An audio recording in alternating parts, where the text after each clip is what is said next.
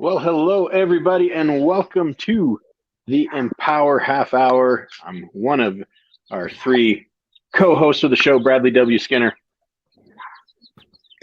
Frank Reneski from Southern New Jersey, coming to you again for your fastest half hour of the week.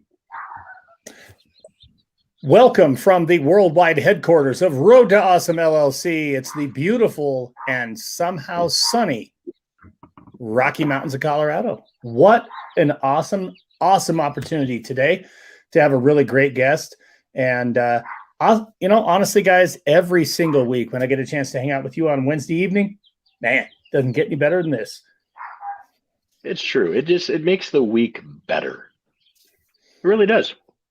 Is that and the thing is, who knows, Frank? Here's the thing that I think is really interesting. We once again we get to see Bradlee on location. It's almost like the Where's Waldo thing, I mean, now we got Bradlee in the backyard. Sometimes we got him on the set, he's all over the place. So, Bradlee, thank you I think joining us from your backyard. That's pretty cool, man. Yeah, it's nice weather, as you said. So I'm just going to enjoy. Hopefully the neighbor dogs aren't too loud, but yeah, I'm just going to enjoy being out here. It's nice. That's good stuff. Who's our guest today, Frank? Tell us about our guest, Frank. We got to know, man. Because we have so much to talk about. Coming to us right dead smack in the middle of California, Shannon Moore. Hello. Hi, everybody. Shannon Moore. Hello. I'm Shannon.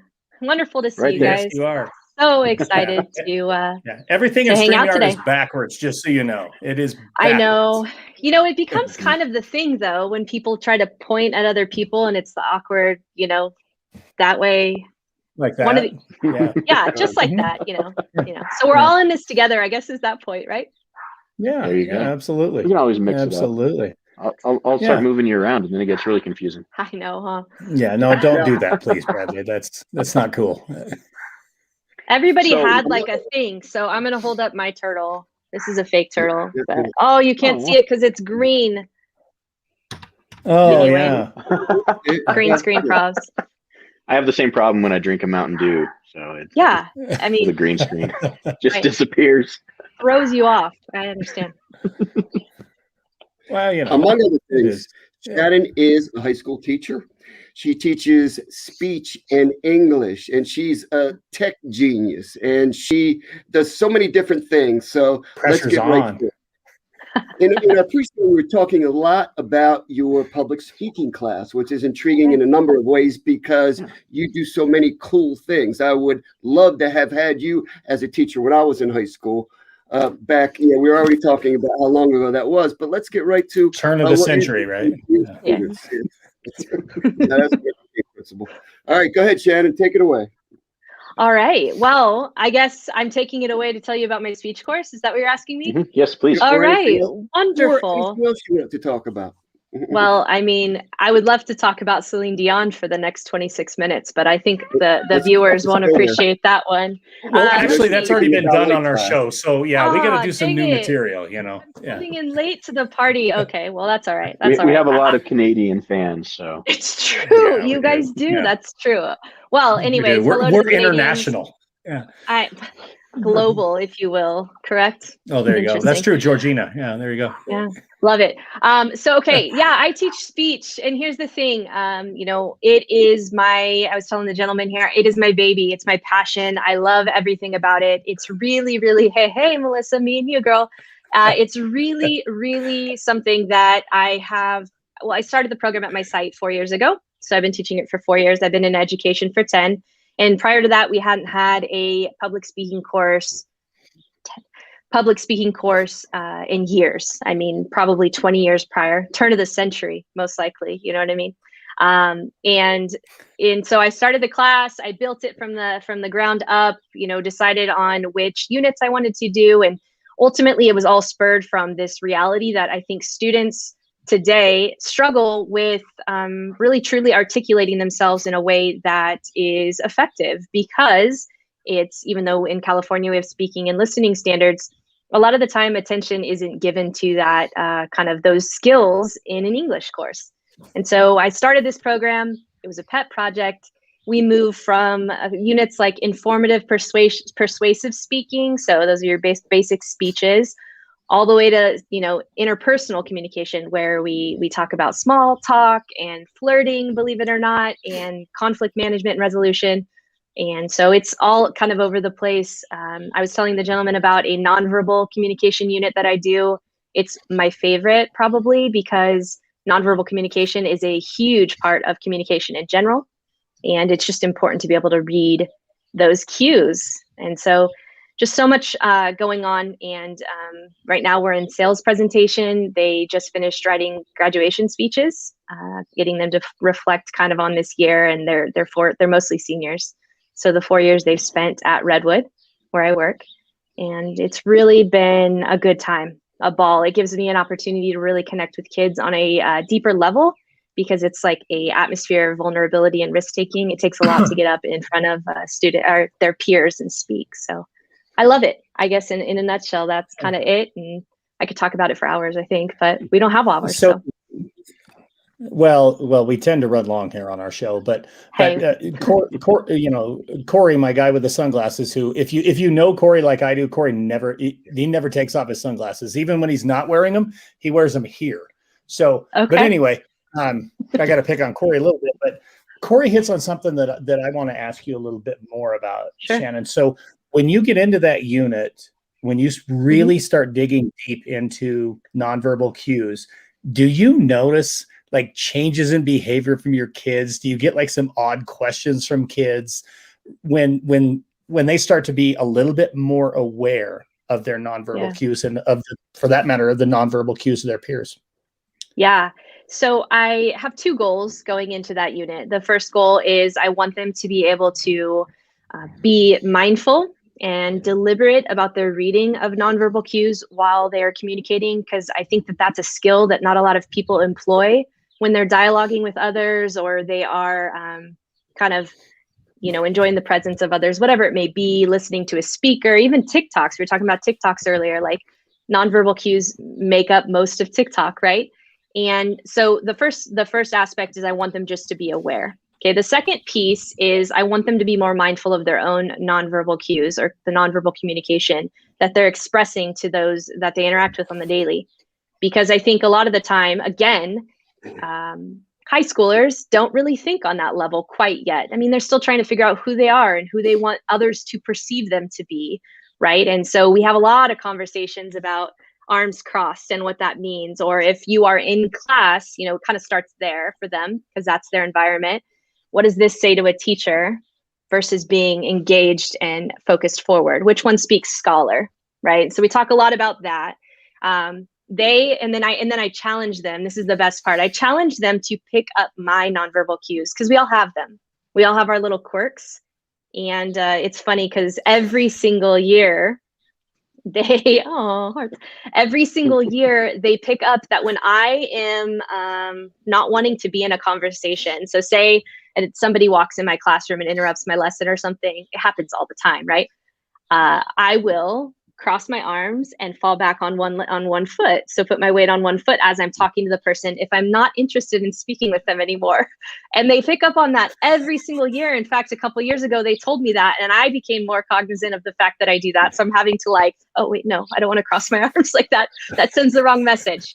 So they become more hyper aware, and they start to pick up, and then it becomes a part of the class, right? So if an individual is getting up and presenting, giving a speech, and we're watching their legs shake, the students, you watch them just be like, hey, you got this. This is going to be great. Like, keep it up, because they know and they're picking up that this person is nervous.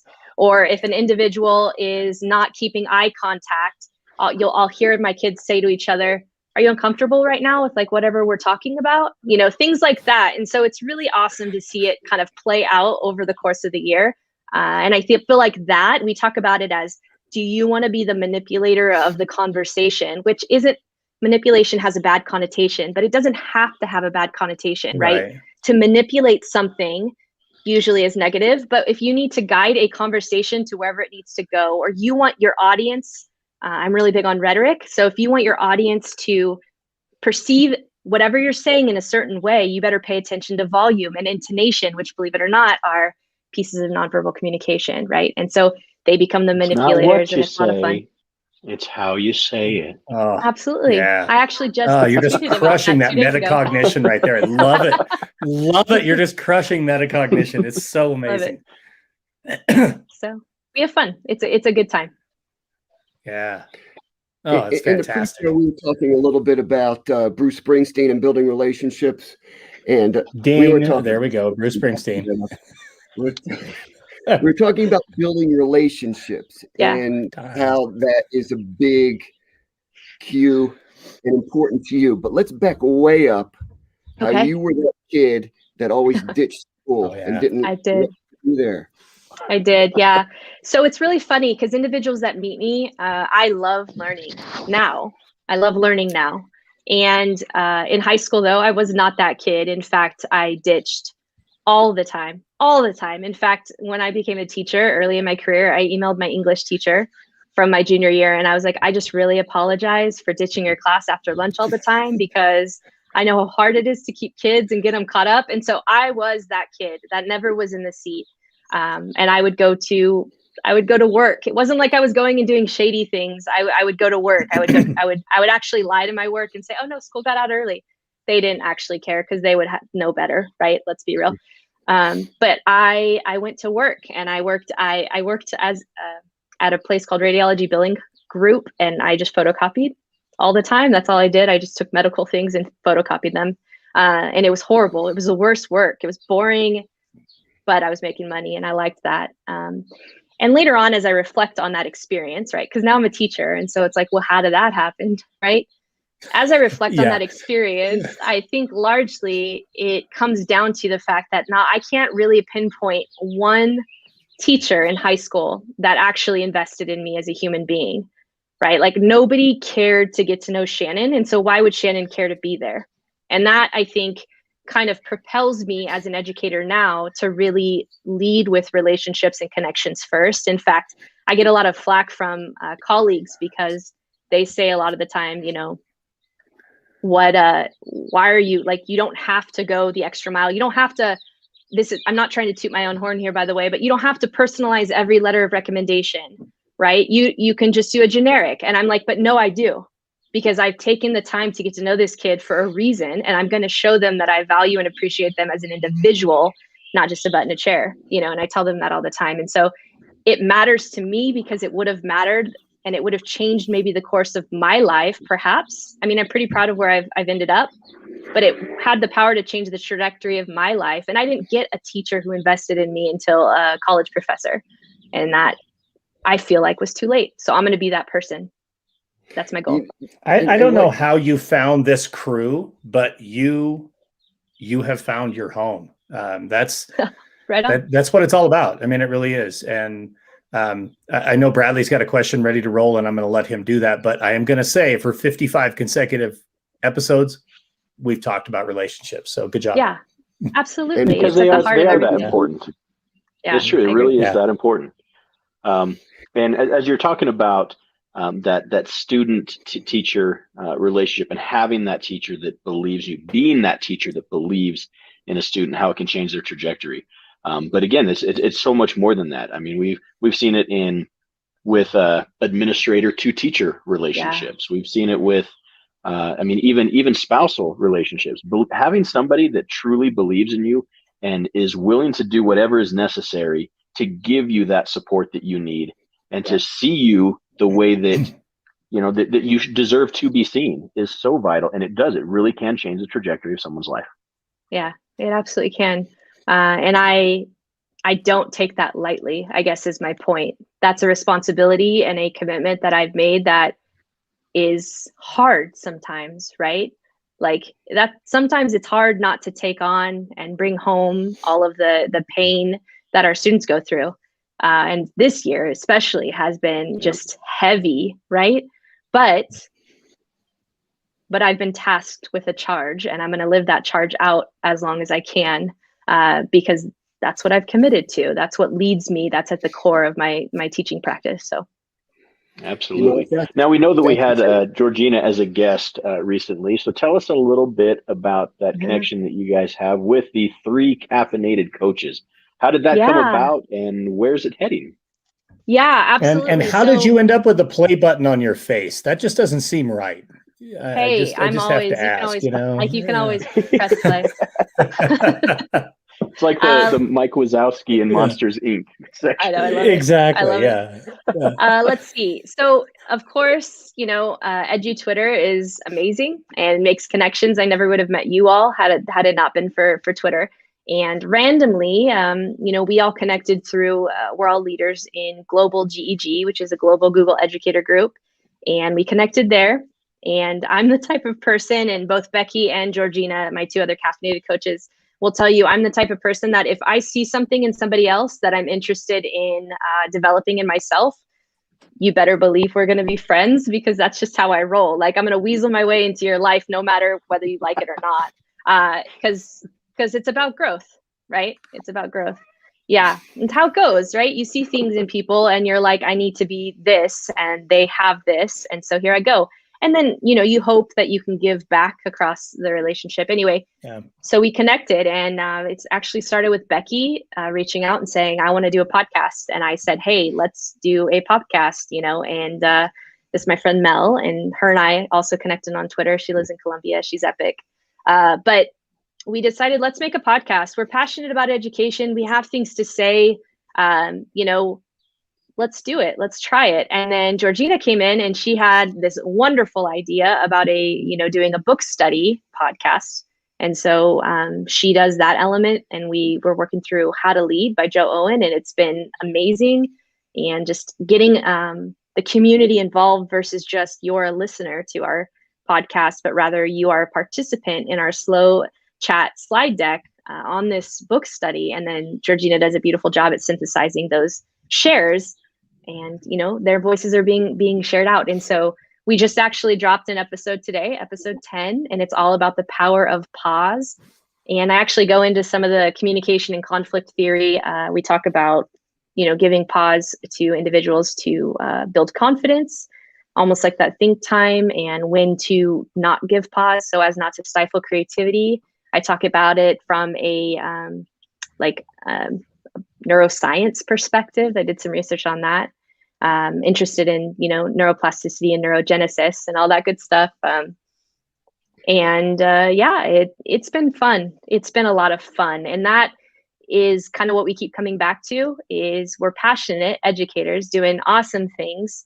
Why not share that with the world? And at the end of the day, it's all about a joy project. That's our goal. And anytime it doesn't scream joy project, that's when we walk away.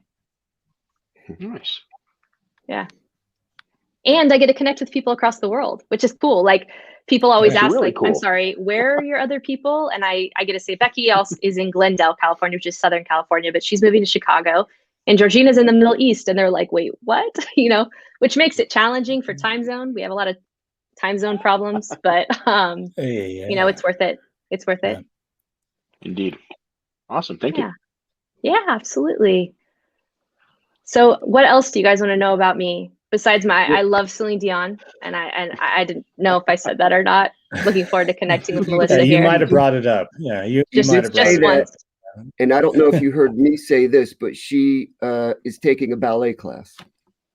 Celine Dion is, or Melissa is. Yeah, I'm just throwing that out there. Oh, wonderful! I hope she hears this and realizes how much I love her, and then she wants to meet me. I'll relay that to her in our next ballet Thank you so much. I really appreciate that. One thing I want to step back, and you said a lot of things that I'm trying to digest here, but one thing is if it's not bringing you joy, just walk away. So which is in line with a lot of things that we say, is that, write down 10 things that do bring you joy and go spend your time there, rather than a lot of people try to overcome something that doesn't bring them joy, brings them the opposite of joy. Another thing I have to step back on is why doesn't every single teacher take the time to learn just one thing about every one of their students? Now, that may not change their trajectory, but it sure as heck can start that relationship building. And you know, Yeah. I take my hat off to you. Thank you.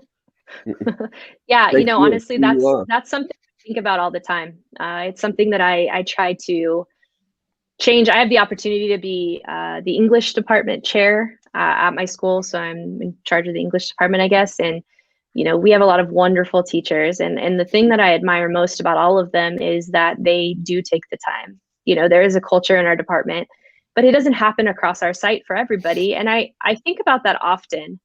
And I largely think that it comes down to maybe a lot of things, but maybe two that come. Oh, I love Manny. Manny is the OG. She's wonderful. She works at our site. She is our principal's secretary. She's wonderful. Anyway, I had the pleasure of teaching her child as well. And so two things that I want to come back to. The first one is, I think it maybe comes back to that idea of they never had that either. You know how a lot of people in their careers, educators, they mimic what they knew, right? Which is not always great, but it happens. Maybe nobody, invested in them. And maybe nobody, you mentioned administrators, those relationships, Bradlee, with their teachers.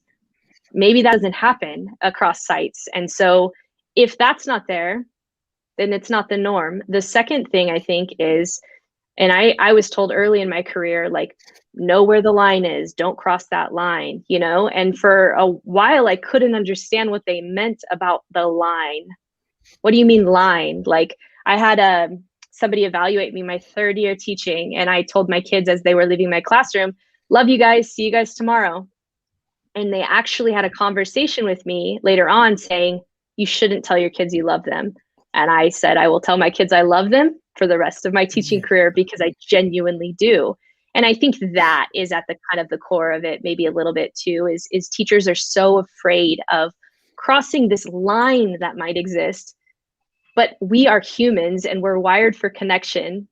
So why should it be any different in a classroom? I don't understand how people categorize or divide and separate. Like, it's just human nature to care about others. And we all know that when people invest in us, we're more willing to go the distance for them.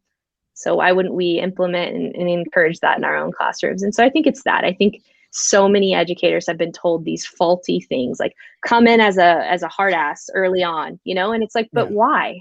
Nobody respects that. If anybody threatens you or is an authoritarian in your life, most teenagers are going to push back against that.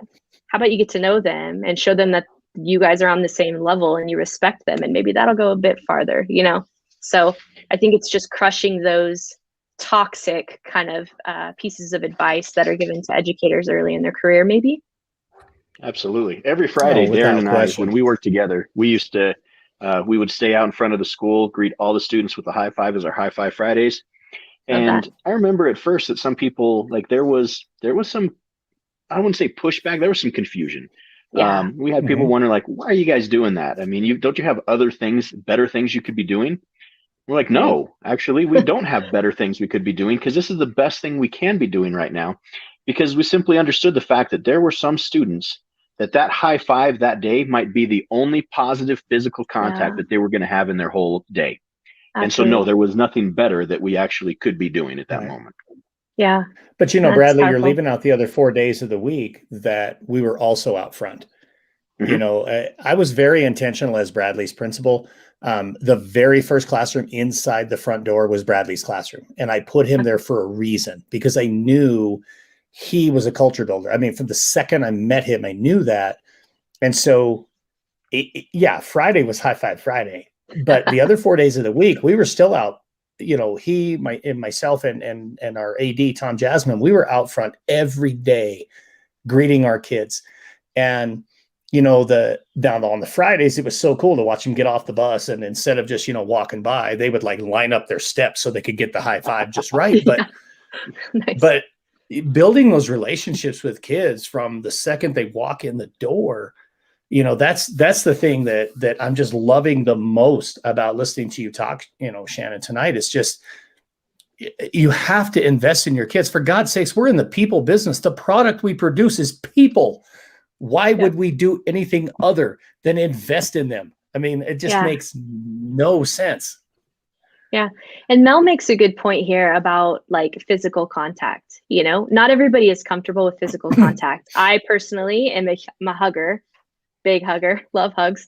Okay. It's just who I am. But I know not people aren't necessarily comfortable with that.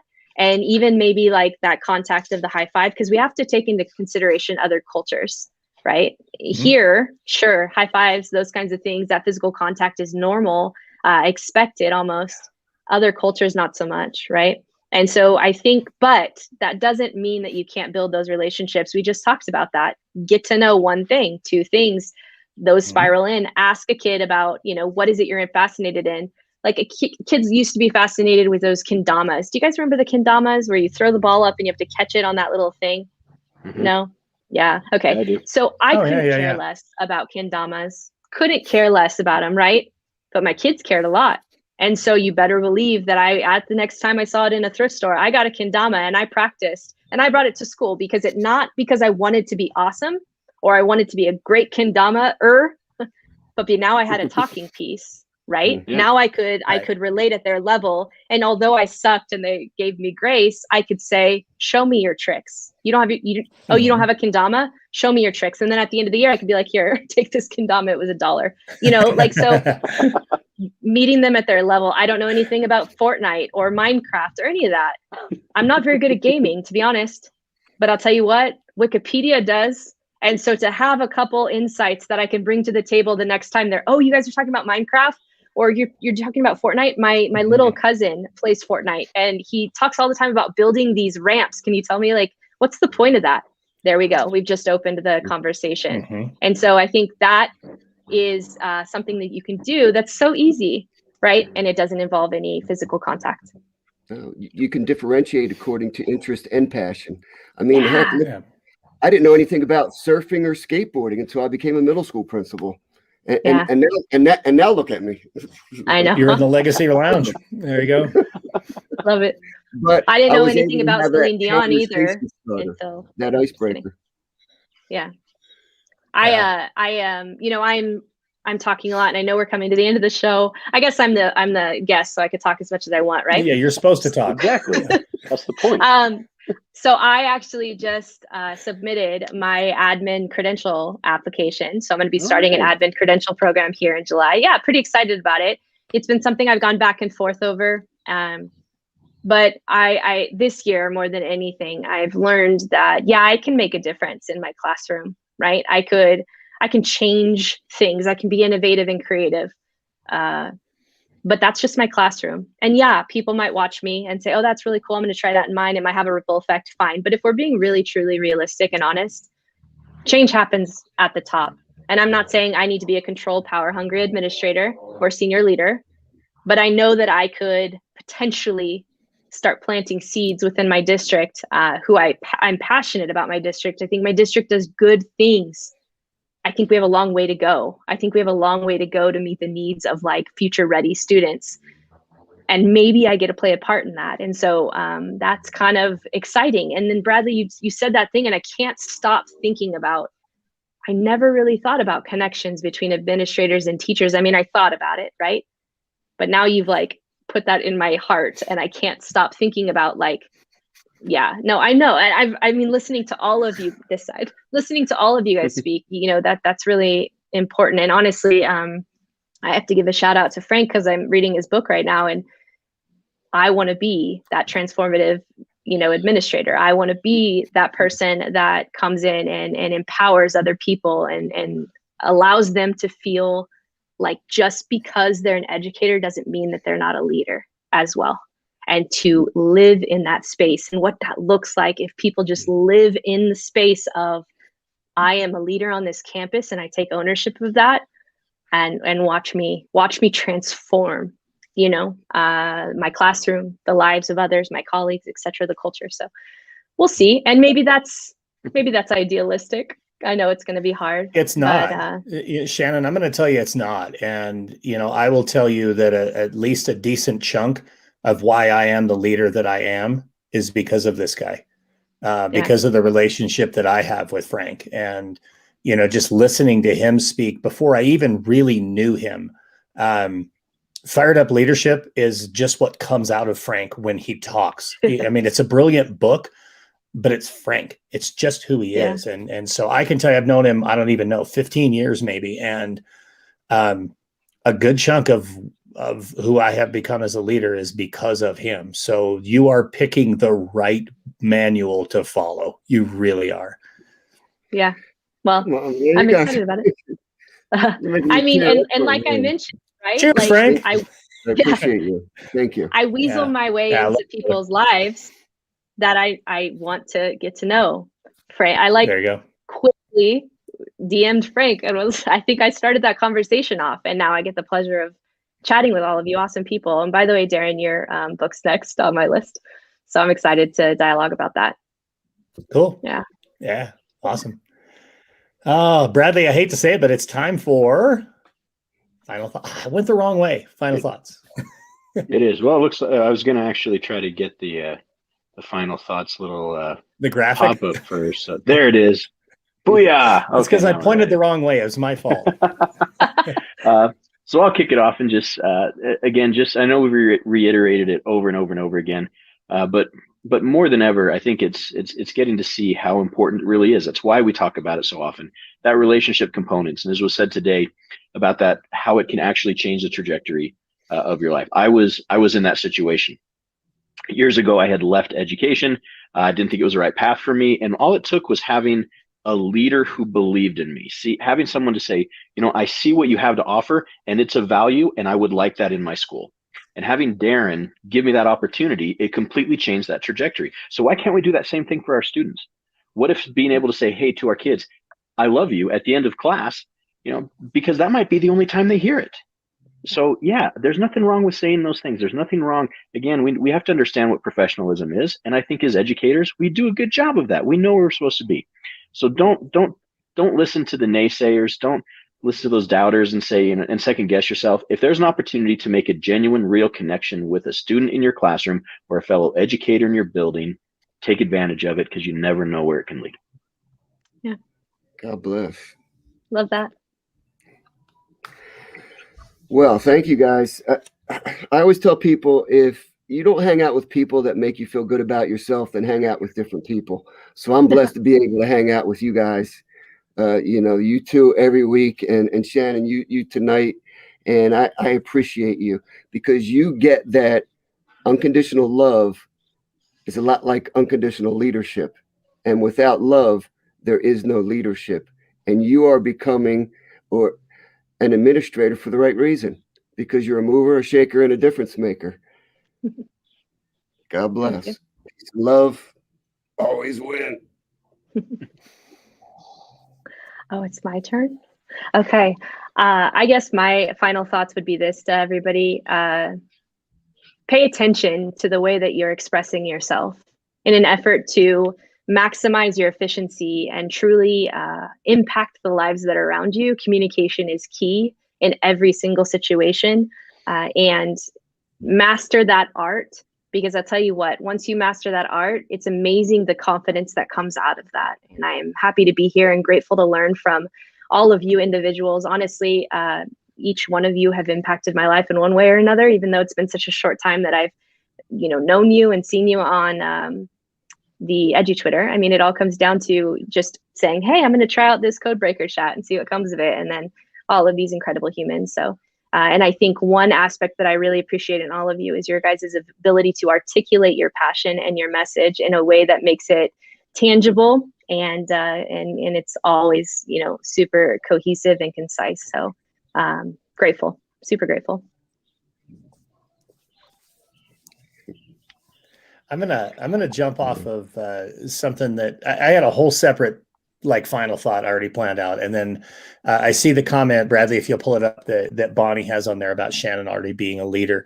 And I think we talk about leadership all the time, and Shannon, you're talking about wanting to move into a leadership role, but leadership and a role are not married together.